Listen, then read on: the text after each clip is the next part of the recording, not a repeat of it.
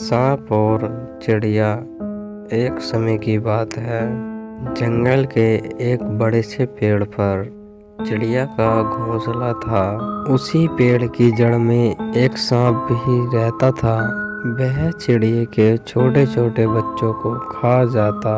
एक बार चिड़िया सांप द्वारा छोटे छोटे बच्चों को खाए जाने पर बहुत ही दुखी थी और मायूस होकर वह नदी किनारे आ बैठी। उसकी आंखों में आंसू भरे हुए थे।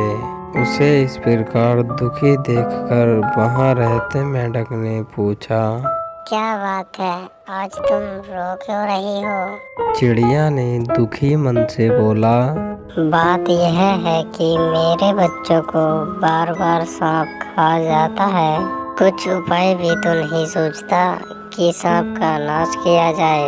यदि आपके पास कोई उपाय है तो कृपया मुझे बताएं। मेंढक ने चिड़िया का एक अच्छे दोस्त के नाते एक सलाह दी और कहा, एक काम करो, मांस के कुछ टुकड़े लेकर नेवले के बिल के सामने गिर दो। इसके बाद कुछ टुकड़े उस बिल से शुरू कर कर सांप के बिल तक डाल दो।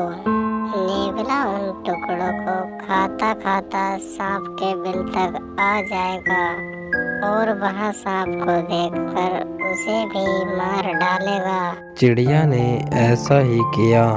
नेवले ने सांप को खा लिया, किंतु उसने उस वृक्ष पे रहने वाली सभी चिड़ियों को खा डाला।